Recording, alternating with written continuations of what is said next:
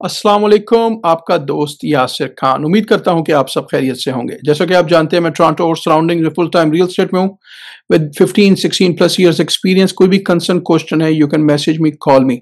आज हमारे साथ कामरान मखदूम भाई एक दफ़ा दोबारा कनेक्टेड हैं यूएस ह्यूस्टन से। इमिग्रेशन लॉयर हैं। कामरान भाई, अस्सलाम वालेकुम। वालेकुम अस्सलाम वंस अगेन। अच्छा लगा आपसे मिलके Yasir. I know there has been a gap, a delay, but I hope the viewers will forgive that. आपको पता है कि life is just going like a machine, everybody is so busy. तो और आप बताइए, ठीक ठाक है? How is everything going?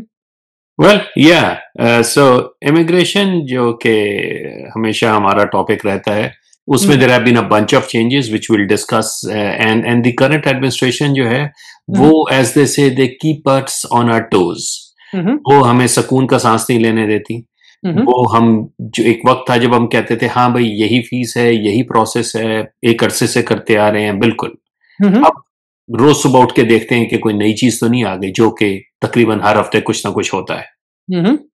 तो will discuss a few things जो अभी हम करेंगे, फिर उसमें कुछ लीगैलिटीज भी, कि पहले जो होता था सिर्फ एक कानून बनता था, अब जो है वो बादशाह के अंदाज में कुछ चीजें भी आ रही हैं। ओके। और उसका नाम भी वही है, प्रोक्लेमेशन। तो कुछ होते हैं रूल्स, कुछ होती हैं रेगुलेशंस, कुछ होते हैं एक्ट्स, कुछ होते हैं प्रेसिडेंशियल ऑर्डर्स। जिस तरह शुरू में भी जब ट्रंप आया था तो उसने कहा था इतने मुल्कों पे बैन लगा दो, वो था प्रेसिडेंशियल ऑर्डर। लेकिन अब एक नई चीज आई है जिसे उसने कहा है प्रेसिडेंशियल प्रोक्लेमेशन। एक शाही फरमान आया है। तो अगेन, इट्स अ टाइम जहां पे ट्रंप अपनी हर जगह को कोशिश कर रहा है कि जहां जहां मैं देखूं कि मैं क्या कुछ कर सकता हूं, मैं वो करूं। तो हम आज उसके बारे में भी थोड़ी सी बात करेंगे कि ठीक वो है। एक ऐसी चीज है जिसपे वो ट्रेड किया है। तो ठीक है। It's interesting times. ठीक है। तो क्या हो रहा है ओवरऑल इस वक्त यूएस में? जिस तरह हमने लास्ट डिस्कस किया था, जो रूल्स वगैरह थे, इस बिन क्वाइट सम टाइम। तो अब क्या चेंजेस हुई हैं इन लास्ट फ्यू मंथ्स? क्या न्यू अपडेट्स हैं? क्या लोगों को एहतियात करनी चाहिए? वेल, एहतियात अब ये है कि पहले जहां आप थोड़ा बहुत कुछ 19-20 कर लेते थे, अब बिल्कुल नहीं कर सकते। तो अमेरिका में होता ये था कि लोग आते थे तो आके वो भूल जाते थे कि हम विजिट वीजा पे हैं, काम करने लग जाते थे और कोई उन्हें सड़क पे रोक के पूछता नहीं था। जिस तरह गल्फ कंट्रीज में अगर आप देखें तो वहां पे ये होता है कि आपको अचानक रोकते हैं और पूछते हैं हवैया कहाँ है, आईडी कार्ड कहाँ है, बताओ क्या आइडेंटिटी है। अमेरिका में ऐसा नहीं है। लोग आते हैं, बैठे रहते हैं। अब भी होता यह है कि जब भी कोई आता है तो उसे मिलता है I-94। I-94 का मतलब है ये वो मुद्दत है जिसमें आप यूएस में रह सकते हैं। जब तक आपका वो I-94 वैलिड है, अभी तक आपसे कोई बात नहीं करता, वो कहते हैं रहो। ये एक कथा बिल्कुल मुख्तलिफ बात है कि वो काम भी अगर कर रहे हैं तो इलीगल कर रहे हैं, दैट्स समथिंग डिफरेंट। लेकिन I-94 अगर आपका वैलिड है तो सिस्टम, यानी कि ice, immigration and customs enforcement, आपके पीछे नहीं आती। वो कहती है आप स्टेटस में हो। अलबत्ता आपका I-94 एक्सपायर हो गया है और आपने कोई केस फाइल किया हुआ है जिसका अभी तक फैसला नहीं हुआ, तो पहले गवर्नमेंट बैठी रहती थी, वो कहती थी जब तक आपके खिलाफ फैसला नहीं होगा हम कुछ नहीं करेंगे। अब वो कहते हैं हम आपके पीछे आ रहे हैं। तो वो जो लेवल ऑफ थ्रेटेंड, जो हमारी सिक्योरिटी थी कि सबसे पहले वो पकड़ते थे उन लोगों को जिनके खिलाफ क्रिमिनल केसेस हैं, फिर वो उन लोगों को पकड़ते थे जिनके खिलाफ डिपोर्टेशन फैसला हुआ हुआ है विद द इमिग्रेशन कोर्ट, और सब आखिर में वो आते थे उन लोगों के पीछे जिन्हें कहते थे आप सिर्फ आउट ऑफ स्टेटस हैं। तो अब वो हर किसी को पकड़ रहे हैं, जो कि बहुत सारे लोग हैं। सो इन दैट रिस्पेक्ट लोग डिटर भी हो रहे हैं। तो एक शख्स जो किसी भी मुल्क में बैठा है और वो कहता है कि जी मैं यूएस में आऊं, और इकोनॉमिक रीजंस के लिए आते हैं, वी ऑल नो। लोग जब आपकी वीडियो भी देख रहे हैं या मुझ में इंटरेस्टेड हैं, अमेरिका में इंटरेस्टेड हैं, तो उनका मकसद ये होता है कि हम आएंगे, हमारी भलाई होगी, हमारे बच्चों के लिए एक रोशन मुस्तकबिल होगा, a better future for the kids. जब ऐसी चीजें आती हैं तो दे फील डिटर्ड कि जी शायद अभी ये वक्त नहीं है, या हमारे लिए मुश्किलात ज्यादा होती जा रही हैं। एक लिहाज से वो लोग हैं, दूसरी तरफ वो लोग हैं जो पहले ही यूएस में बैठे हैं, और अगर वो यूएस में बैठे हैं तो अब उनकी कोशिश ये है कि यूएस के अंदर बैठे हुए ही हम अपने तमाम तर मामलात को सही कर लें, ना कि हम ये करें कि हम यूएस से चले जाएंगे और बाहर जाके करेंगे, क्योंकि बाहर जाके करना और ज्यादा मुश्किल होगा। तो कामरान भाई, जिस तरह आपने मेंशन किया कि चीज़ें टाइट हो रही हैं, अच्छा मुझे काफ़ी इंक्वायरीज़ आती रहती हैं रिगार्डिंग के लोग अभी भी आना चाहते हैं कनाडा बिज़नेस इमिग्रेशन के लिए, और कनाडा में भी चीज़ें काफ़ी टाइट हो रही हैं डे बाय डे। तो E2 जो अमेरिका का ऑप्शन है स्पेशली फॉर पाकिस्तानी पीपल, क्या वो अभी भी अवेलेबिलिटी है? उसमें पॉसिबिलिटीज़ हो सकती हैं? क्या लोग अभी भी आ रहे हैं E2 पे? बिल्कुल। तो I think so it's a global phenomena कि यूरोप में और इस नॉर्थ अमेरिका में, which includes both US and Canada, ये टाइटनिंग कर रहे हैं सिचुएशन। जिस तरह कनाडा में भी आपने देखा था कि पिछले साल स्टूडेंट्स पे बहुत क्रैकडाउन हुआ था और उनका था भाई नहीं है, नौकरियां नहीं है, निकालो। तो स्टूडेंट्स इसीलिए आते हैं, पढ़ाई करें, फिर बेटर फ्यूचर करें। E2 जो आपका सवाल था वो अभी तक सही है यासर, वही जो पहले हालात थे वही हैं। यानी कि आपकी इन्वेस्टमेंट है, आपका बिजनेस है, आप यहाँ पे रह सकते हैं, उसमें कोई तब्दीली नहीं आई। जो रूल्स पहले थे वही अब हैं। तो ओवरऑल इमिग्रेशन में ये जरूर है कि उन्होंने थोड़ी सी सख्ती जरूर कर दी है। They started implementing it with a bit more detail, but the core value still remain the same कि अगर आपके पास पैसा है, अगर आपके पास बिजनेस नॉलेज है, आपके पास एक बिजनेस एक्यूमेन है, आप जानते हैं कि किस जगह आपने बिजनेस करना है, you are more than welcome to do that. और E2 आप बाहर से भी ले सकते हैं जिसे कहते हैं वीजा, या यूएस के अंदर से भी ले सकते हैं जिसे कहते हैं चेंज ऑफ स्टेटस। ठीक हो गया।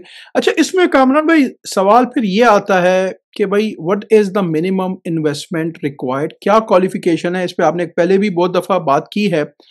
ये सवाल मेरे चैनल पे अक्सर रेज़ किया जाता है कि भाई हमें कितने पैसे चाहिए? अब हम जो बात करते हैं वो डॉलर्स में करते हैं, बाज़ औक़ात पाकिस्तानी लोगों को समझ में नहीं आता कि हमें टोटल पैसे कितने चाहिए। तो थोड़ा-सा इसका अगर आप एक क्लियर आंसर दे दें कि what kind of funds we need, और वो फंड्स ओरिजिनल वाइट पैसे होने चाहिए?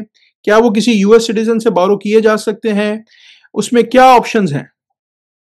तो मैं मिसाल ले लेता हूं एक ऐसी शख्स की जो पाकिस्तान में बैठा है और वो कहता है कि मैं पाकिस्तान से इस केस को फाइल कर रहा हूं, चाहे उसके पास विजिट वीजा या कोई और वीजा है या नहीं है, क्योंकि उस पर डिपेंड करता है कि फिर वो कहां से और क्या कर रहे हैं। तो अगर पाकिस्तान के हिसाब से हम बात करूं तो एक्सपेक्टेड ये होना चाहिए कि कम से कम 3 करोड़ के करीब उनके पास पैसा हो, विच रिलेट्स टू अबाउट $100,000। इससे थोड़ा सा ऊपर ही आता है। ठीक है। अब ये पैसे उन साहब को ये दिखाने हैं कि ये उनकी मलकियत हैं। तो वो कैसे है? वो ये दिखाते हैं कि ये पैसे या तो मैंने कमाए, और कमाए कैसे? मैंने ये दिखाया है कि इस पैसे को मैंने अपनी सैलरी से कमाया, मैंने बिजनेस से कमाया, मैंने अपनी कोई प्रॉपर्टी बेची, विच इंक्लूड्स रियल एस्टेट या गाड़ी या प्राइस बॉन्ड या ज्वेलरी, कोई भी ऐसी चीज। वो कहते हैं कि ये पैसे मैंने वहां से एक्वायर किए। अब या तो ये पैसे उनके हो सकते हैं, या ये पैसे उन्हें कोई गिफ्ट भी कर सकता है, यानी कि कोई थर्ड पार्टी उन्हें ये पैसे दे सकती है। अलबत्ता ये देखना है कि ये जो थर्ड पार्टी उन्हें पैसे दे रही है, उस शख्स के पास वो पैसा कहां से आया। और वो शख्स जो इन्हें ये पैसे दे रहा है वो पाकिस्तान में हो सकता है, किसी थर्ड कंट्री में हो सकता है, वो यूएस में भी हो सकता है। लेकिन एसेंस ये है कि वो शख्स इन्हें लोन नहीं दे रहा, वो इन्हें गिफ्ट दे रहा है। ये शख्स अपने जो इन्वेस्टर हैं वो किसी बैंक से लोन भी ले सकते हैं और उस लोन को इस्तेमाल कर सकते हैं, लेकिन the money has to be neat and clean. अगर कोई शख्स ये कहता है कि जी मेरे ये बैंक में कहीं पे भी ये पैसा पड़ा है और पिछले लेट्स से 10 साल से पड़ा है, लेकिन मैं दिखा नहीं सकता कि ये पैसा जमा कैसे हुआ था, it's no use. On the other hand वो कहता है कि अभी मैंने कल अपनी प्रॉपर्टी बेची, आज ये पैसा आया और अब इस पैसे को मैं इन्वेस्ट कर रहा हूं, इट्स परफेक्टली फाइन। तो इसकी भी जरूरत नहीं है कि पैसा बैंक में एक खास मुद्दत के लिए रहना चाहिए। It can just come, transit in the bank and then be invested into a business. अब वो जो बिजनेस है that has to be a readily available business. सिर्फ आप हाइपोथेसिस पे बात नहीं कर सकते कि एक बिजनेस होगा जिसमें मैं इन्वेस्ट करूंगा। You need to pin down. तो इसीलिए जब भी कोई शख्स ये कहता है कि मुझे E2 के लिए कितना पैसा चाहिए, उसने जहन में ये रखना है कि मैंने इस पैसे को करना क्या है। That's very important. कि अगर मेरे पास $1,00,000 है तो उन्हें ये पता होना चाहिए कि ये पैसा मैंने गवर्नमेंट को तो नहीं देना, ये मेरा अपना पैसा है जो मैं अपने ही किसी बिजनेस में लगाऊंगा पूरे अमेरिका में किसी भी जगह पे। लेकिन जिस बिजनेस में मैं लगाऊंगा वो बिजनेस मेरे लिए प्रॉफिटेबल होना चाहिए। तो उनकी कोशिश ये होनी चाहिए कि वो किसी ऐसे बिजनेस में लगाएं जिसमें कम से कम लेट्स से 2 एम्प्लॉइज हों। And I give you an example. कोई कहते हैं कि जी मैं एक सेलफोन की दुकान ले रहा हूं और वो सेलफोन की दुकान लेट्स से न्यू जर्सी में है, मिसाल के तौर पे। तो द क्वेश्चन इज कि आप कितने एम्प्लॉइज होने चाहिए। वो कहते हैं कि मेरा बिजनेस जो है दिन के 10 घंटे खुलता है और 7 दिन खुलता है, तो यू मल्टीप्लाइड 70 घंटे बन जाते हैं। अब 40 घंटे से ज्यादा एक शख्स को आप नहीं रख सकते। तो इसका मतलब इस बिजनेस मॉडल में आपको 2 एम्प्लॉइज तो कम से कम चाहिए। अब आप कहते हैं कि जी मैंने सेलफोन की दुकान बनानी है तो उसका किराया कितना है, उसके अंदर इन्वेंट्री कितनी भरी हुई है आपने, सेफ मार्जिन कितना रखा है, एम्प्लॉइज को कितने पैसे दे रहे हैं, मार्केटिंग के लिए कितना रखा है। जो आपको पैसा चाहिए तो आप ही का पैसा है, वो आप ही के बिजनेस में लग रहा है, आप किसी को दे नहीं रहे। सो जब भी ये सवाल आपके पास आता है, I know it's the first question कि जी मैं कितने पैसे लगाऊं और किस जगह लगाऊं, तो रीजनेबल अमाउंट इज तकरीबन 3 करोड़, जो कि $1,00,000 के करीब बनता है। और फिर वो $1,00,000 उन्होंने यहां यूएस में किसी नए या चलते हुए बिजनेस में लगाना है। वो ये नहीं कह सकते कि ये पैसा मेरे पास जेब में पड़ा है और मुझे E2 दे दो। और इससे अच्छी बात यह होती है कि E2 सिर्फ इन्वेस्टर को ही नहीं बल्कि उनके स्पाउस को और उनके 21 साल से कम उम्र गैर शादीशुदा बच्चों को भी मिलता है। ठीक हो गया। अच्छा, इसमें कामरान भाई, अगर कोई आपको अप्रोच करता है कि भाई आप हमारे लिए ये सारी फाइलिंग करें, तो फर्स्ट ऑफ ऑल आप अपना एक तो कंसल्टेशन का बता दें। आई नो कि आपके आवरली चार्जेस हैं, if I am not mistaking, $250 अभी भी $250 हैं? जी ठीक है। तो जो भी मुझे सुन रहा है, हमेशा जब भी आप करें, कामरान भाई को या किसी भी लॉयर को आप अप्रोच करें, अगर आप यूएस आना चाहते हैं या कनाडा आना चाहते हैं, प्रॉपर कंसल्टेशन करें। राइट? आप लोग मुझसे सवाल पूछते हैं, मैं आपको एक लिमिटेड आंसर दे सकता हूं, मुझे इंफॉर्मेशन होती है, लेकिन I am not a license. अब जो कामरान भाई हैं, he is a immigration lawyer. तो अगर आप आना चाहते हैं तो मेरे ख्याल में $250 आप इनको पे करें, इनसे प्रॉपर कंसल्टेशन लें। अच्छा कामरान भाई, इसका टाइम फ्रेम क्या है? अगर कोई बंदा आपको अप्रोच करता है पाकिस्तान में बैठ के, क्या टाइम फ्रेम है कि उसका 3-4 महीने में, 5 महीने में प्रोसेस होने के चांसेस हैं? बिल्कुल चांसेस हैं। डिपेंड ये करता है कि, क्योंकि देखें कई चीजें ऐसी हैं जो मैं उन पे डालता हूं कि जी आप देखें आप कितनी देर में कर सकते हैं। और primarily I am talking about funds, sources of funds, और दूसरा ये कि उन फंड्स को बिजनेस में इन्वेस्ट करना। अब जब भी कोई शख्स बात करता है तो वो कहता है हाँ मैं इतने पैसे अरेंज कर लूंगा। अब जब वो शख्स ये बात करता है तो उनके जहन में ये होता है कि जी मैं अपनी फलां प्रॉपर्टी बेचूंगा, मैं इस जगह से पैसे निकालूंगा, जहां से भी लिक्विडेट करूंगा। राइट? उन्होंने, बहुत कम लोग होते हैं जो कहते हैं भाई ये पड़े हैं मेरे पास, अभी मैं कर रहा हूं। तो होता यह है कि टाइम उन्हें लगता है उस पैसे को लिक्विडेट करने में। फिर कई सोच होती है कि जी मेरी प्रॉपर्टी तो ये 4 करोड़ की बिक जाएगी, लेकिन जब वो बेचने जाते हैं तो कहते हैं नहीं ये तो अब हम 3.25 में बेचेंगे, बिकेगी। अब वो कंफ्यूज हैं कि जी मैं बेचूं या ना बेचूं। इसी तरह टाइम उन्हें जितना लग रहा है वो उस पैसे को लिक्विडेट करने में लग रहा है। मेरा काम उसे मॉनिटर करना है कि वो सही तरीके से यहां ट्रांसफर करें। फिर पैसा उनके रुपये में आ गया। कुछ वक्त ऐसे हमने देखे हैं कि आप जाते हैं, आप डॉलर्स ले लें, कन्वर्ट हो गए, नो प्रॉब्लम। कुछ ऐसा वक्त है लोग चीख रहे होते हैं कि जी मार्केट में डॉलर नहीं है, हमारे पास रुपये तो है लेकिन हम डॉलर लेने जाते हैं तो वो नहीं है। तीसरा मरहला आता है कि डॉलर तो ले लिए अब हमने, लेकिन, और डॉलर अकाउंट भी है, लेकिन गवर्नमेंट जो है वो इजाजत नहीं दे रही भेजने की, तो हमने ट्रेंचेस में भेजने हैं, 9-9 हजार की ट्रेंचेस करके भेज देंगे। तो इसमें ये चीज जरूर है कि जो लोग सिर्फ इस शौक से आते हैं कि जी हम E2 करेंगे, वो फिर फौरन थोड़े से बैकफुट पे चल जाते हैं कि अच्छा बहुत सारी चीजें करने वाली। लेकिन जो ट्रू बिजनेसमैन है जो सीरियसली इस चीज को अप्रोच कर रहा है वो आगे बढ़ता है, और उसकी वजह यह है कि ये हिजरत है। ये एक ऐसी चीज है जिसमें आपको पता है कि मैं वॉलंटरीली कर रहा हूं, इस पे आपको कोई मजबूर नहीं करता। तो वॉलंटरीली जब आप ये काम करते हैं तो आपको बहुत सारी चीजें ये सोच के करनी है कि जी मैं अपने सर मुंह पे कर रहा हूं, मुझे किसी ने मजबूर नहीं किया, और जो काम मैं करूंगा इसका फायदा भी मुझे और आगे मेरी नस्ल को होगा। कामरान भाई ठीक हो गया। Very nice, once again thank you very much. बहुत अच्छी इन्फॉर्मेशन आपने दी। मैं हमेशा जो भी मुझे सुनता है मैं यही सजेस्ट करता हूँ कि ऑलवेज हायर प्रोफेशनल्स, राइट। वो आपका काम प्रॉपर करेंगे, वो चार्ज करते हैं बिकॉज दे आर क्वालिफाइड, उनको लॉज का पता है, ठीक है। अगर आप अमेरिका आना चाहते हैं, कमरान भाई का ईमेल एड्रेस मैं शेयर करूंगा, आप उनको डायरेक्ट ईमेल करें। इनका ऑफिस जो है वो बहुत ही क्विकली रिस्पॉन्स करता है। आप अपॉइंटमेंट सेट करें, इनको कंसल्टेशन के पैसे पे करें, ये आपको प्रॉपर गाइड एजुकेट करेंगे। Always go for professional advice.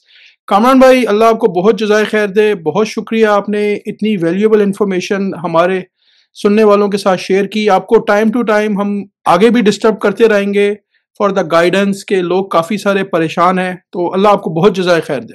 इसमें एक चीज, जजाकल्ला आपका भी, कि आप ऑलवेज ये इनिशिएटिव लेते हैं और लोगों तक पहुंचाते हैं। ये जहां तक कंसल्टेशन की बात है ना, तो इसमें मैं लोगों की, and I understand, $250, it's close to 70-75,000 rupees in Pakistan, right. So it's a substantial amount. ये ऐसा नहीं है कि कोई भी शख्स उठ के कहता है कि ठीक है भाई फेंक दो इस पैसे को, लेकिन ये वो पैसा है कि जहां आप सीरियस, जब आप हैं तो आप ये काम करें, और वो इस नीयत से करें, सिर्फ ये गेज करने के लिए कि ये वो स्पेशलिस्ट है, ये वो प्रोफेशनल है जिसके हाथ में अपनी पूरी जिंदगी आइंदा देने वाला हूं। क्योंकि जब आप अपनी इमिग्रेशन करते हैं, कोई और काम करते हैं, तो आप, it's a make and break situation. मेरे पास ऐसे मैटर्स भी आते हैं कि जी हमने फाइल किया था, ये विजिट वीजा फाइल किया था, ये किया था, और वो डिनाई हो गया, अब उनकी हिस्ट्री और खराब हो गई है। सो ये जो $250 हैं, चाहे वो मुझे दें या चाहे वो $50 किसी को दें, इट डजेंट मैटर, या $400 किसी को दें, द फोकस इज कि वो इस पैसे से ये गेज करें, ये डिटरमिन करें कि इनके साथ क्या मेरा मुस्तकबिल बेहतर है। डज दिस पर्सन और does this law firm know what they are doing, can they handle that, because in the future they will be spending much more time, much more money. ये उन्हें पता होना चाहिए कि अगर ये इस 1 घंटे के काबिल नहीं है तो आइंदा मत करें। बिल्कुल ठीक हो गया कामरान भाई। Once again thank you very much. बहुत ही वैल्यूएबल इंफॉर्मेशन आपने शेयर की। जो भी मुझे सुन रहा है, आप कामरान भाई के ऑफिस को डायरेक्ट ईमेल करें, कोई भी कंसर्न है, and get a professional advice. बहुत बहुत शुक्रिया कामरान भाई। Once again thank you very much. इंशाल्लाह दोबारा आपसे मुलाकात रहेगी। अपना बहुत ख्याल रखें। अल्लाह हाफिज, all the best and take care. जजाकल्लाह यासिर, अल्लाह हाफिज, टेक केयर।